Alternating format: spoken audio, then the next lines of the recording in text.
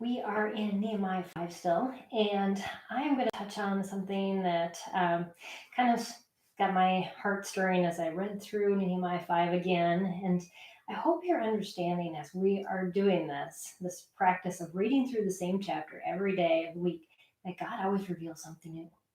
There's so many things that we can glean from His truth, whether we have read it once, twice, or 100 times.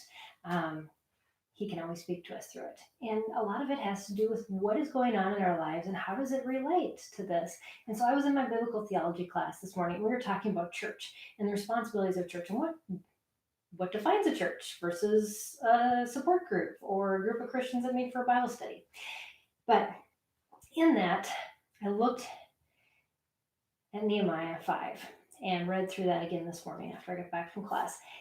And what stood out to me was the fact that Nehemiah corrected his brothers. Now, in contrast, in the previous chapters, when people opposed him that were not his fellow Jews, he didn't do this. He basically prayed, put on his armor, and left it up to God to do the correcting. But when we relate in a church, in a setting with other Christians, we are called to correct one another when we see one another going astray.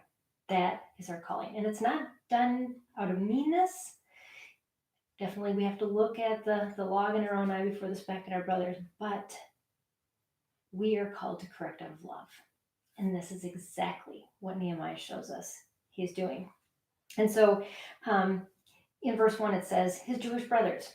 This is who this was related to. In verse 7, it said he called a great assembly and he contended, like a boxing tournament, the contender. He stood opposed to them in a very definite way, to these nobles and these rulers, calling them out for what they were doing. And then he specifically called them out and mentioned every single thing that they were doing was wrong in verse 9.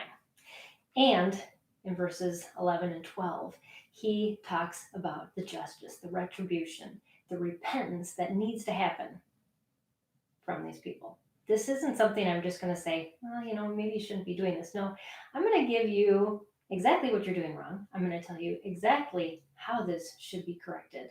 And then I'm going to leave it up to God, but I'm also going to leave you with a warning. And that's what he does at the very end. He leaves them with a warning. He shakes off and physically shows them what God is going to do to them should they not heed this warning and this correction that he's giving. That's what we do in love. That's what we do to our own brothers and sisters in love. And we call them out. And we hope that they will call us out too. And I just read something recently that said, if you truly see yourself in the context of your sinfulness and humility, that you're just as sinful and I'm just as sinful as anybody else. And if somebody calls us out, we have to be humble enough to say, you know what, I will take a look at that. You are right. I need to look at this place in my life. And I know you're doing this out of love for me. And that's built in relationship. We tend to trust those people who call us out, who we're close to, because we know they do it in love and not out of spitefulness. So I hope that's an encouragement for you today as you're reading through Nehemiah 5. We've got one more day this week for a video, and I'll be back in tomorrow for that. But keep reading through this. I know it may seem like, I've read that chapter again over and over again, but God has something in for you every time. So keep it up, and I'll see you again next time on Daily Revelations. Bye, everyone.